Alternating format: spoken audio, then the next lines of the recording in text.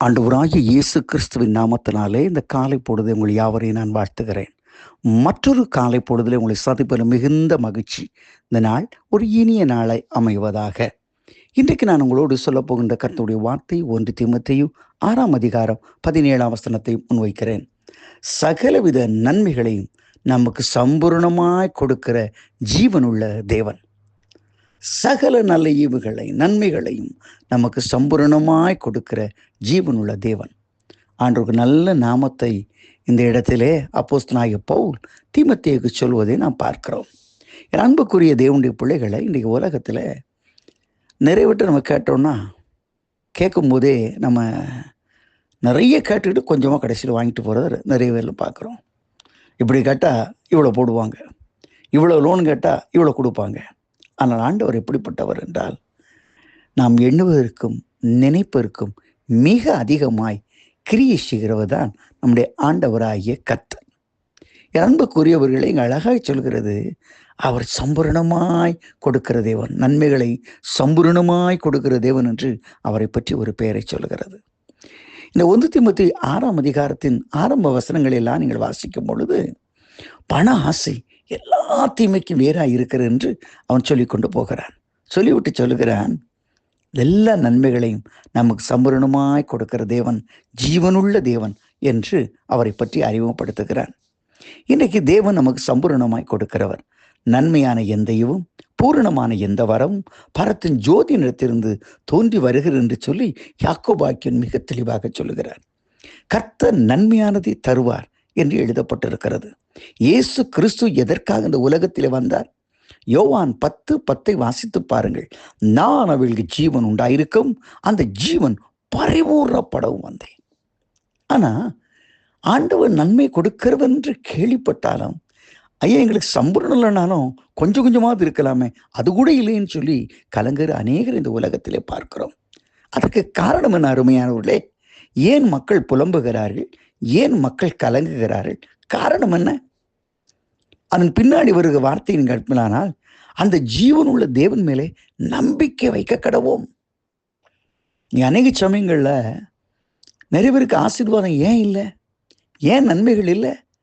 ஏன் உயர்வுகள் இல்லை? அநேக நேரங்களே அவர் நினைப்பது என்ன? உபாகமம் 8ஆம் அதிகாரத்திலே ஆண்டவராய் கர்த்தர் சொன்னார் 16-17 வசனங்களிலே, என் சாமர்த்தியமும் என்னுடைய பலனும் இந்த ஐஸ்வர்யத்தை எனக்கு தந்தது என்று நினையாதிருப்பாயாக. என் சாமர்த்தியம், என்னுடைய திறமை, நான் இந்த பிஸ்னஸ் தொடங்கிட்டேன், நான் பெரிய ஆளு, என்னை போல யாருமே இல்லை, அதுல இருந்து இவ்வளோ வருது, இதுல இருந்து இவ்வளோ வருது.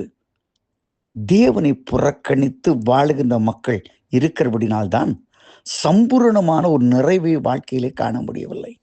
ஆண்டவர் சொல்லுகிறார், இப்படி நினையாமல் உன்னுடைய எல்லா காரியங்களையும் தேவனை நினைவு கூர்வாயாக என்று தேவனுக்கு கொடுப்பதை பற்றி உபாகமம் 8ஆம் அதிகாரம் 16-17 வசனங்கள் சொல்கிறது. இன்றைக்கு நாம் யாரிடத்துல நம்பிக்கை வைத்திருக்கிறோம்?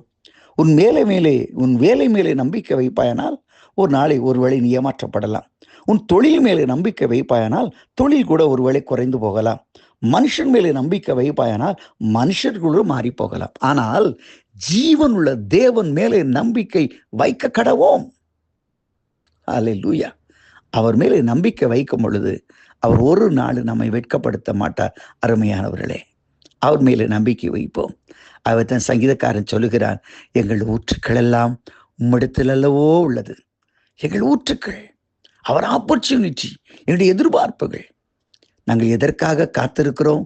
உமாக்காக அல்லவோ என்று சங்கீதக்காரன் ஒரு வசனத்திலே சொல்லுகிறான். நாம் ஆண்டவரை பார்ப்போம். ஆண்டவர் தான் நம்மை மேன்மைப்படுத்துகிறவர். அவர் தான் நம்மை உயர்த்துகிறவர். அவர் ஒரு மனுஷனை உயர்த்தி விட்டால் யாராலும் அவனை கீழே தள்ள முடியாது. ஆண்டவர் ஒருவனை ஆசீர்வதித்து விட்டால் அவனை கீழே போட்டு யாராலும் உதைக்கவோ தாக்கவோ முடியாது. இன்றைக்கு அந்த தேவன் மேலே நம்பிக்கை வைக்க கடவும். அதைத்தான் ஆண்டவர் சொல்கிறார். இன்றைக்கு மனுஷர்களை நம்பி உறவினர்களை நம்பி உன் நண்பர்களை நம்பி பல காரியங்களே மோசம் போய்விட்டாயோ, இன்றைக்கு ஆண்டு மேலே நம்பிக்கை வை. ஆண்டவரே, நான் உம்மை நம்புகிறேன். ஆண்டவரே, உம்மை நம்புகிறேன். ஆண்டவரே, என்னுடைய மேன்மை இதுதான், என்னுடைய உயர்வு நீர்தான், என்னுடைய வாழ்க்கை நீர்தான், எனக்கு எல்லாமே நீர்தான் ஆண்டவரே என்று ஆண்டவருடைய சமூகத்திலே வந்து பாருங்கள். வேதம் சொல்கிறது, அவர் ஜீவனுள்ள தேவன், எதற்காக? சகலவித நன்மைகளினாலும் சம்பூரணமாய் நிரப்ப அவர் ஜீவனுள்ள தேவனாய் இருக்கிறார்.